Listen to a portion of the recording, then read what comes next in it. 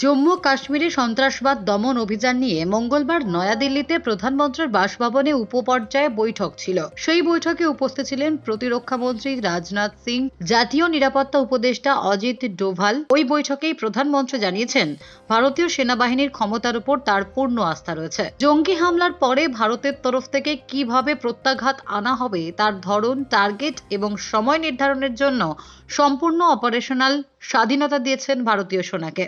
জম্মু কাশ্মীরের পহেলগাঁওতে জঙ্গি হামলার পরে কাশ্মীরের আইন শৃঙ্খলা পরিস্থিতি বিষয়ে জানতে নয়াদিল্লিতে নিজের বাসভবনে একটি উচ্চ পর্যায়ের বৈঠক করেন রাজনাথ সিং। অজিত ডোভালের সঙ্গে বৈঠকে ছিলেন chief of defence staff general Anil চৌহানও। উপস্থিত ছিলেন নৌবাহিনীর প্রধান দীনেশ কে ত্রিপাঠী এবং বায়ুসেনার প্রধান অমরপ্রীত সিংহ। মোট 90 মিনিট ধরে চলে এই বৈঠক। কাশ্মীরের আইন শৃঙ্খলার সঙ্গে সঙ্গে কিভাবে পাকিস্তানকে যোগ্য জবাব দেওয়া হবে সেই সম্বন্ধেও কথা হয়ে থাকতে পারে বলে সূত্রের খবর। প্রসঙ্গত, পহেলগাঁওয়ের জঙ্গি হামলার পরেই প্রতিশোধের আগুনে ফুটছে দেশ। প্রধানমন্ত্রী নরেন্দ্র মোদী আগেই বলেছেন, কাউকে রেহাত করা হবে না।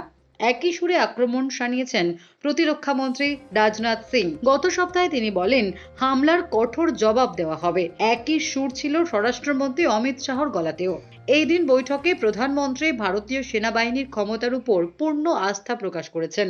উচ্চস্তরের বৈঠকের এই ধারাবাহিকতা প্রমাণ করে পহেলগাঁও হামলার জবাব দিতে ভারত ঘুঁটি সাজাচ্ছে। এখন পরিস্থিতি কোন দিকে গড়ায় সেটাই দেখার। Bureau report, D Bangla news.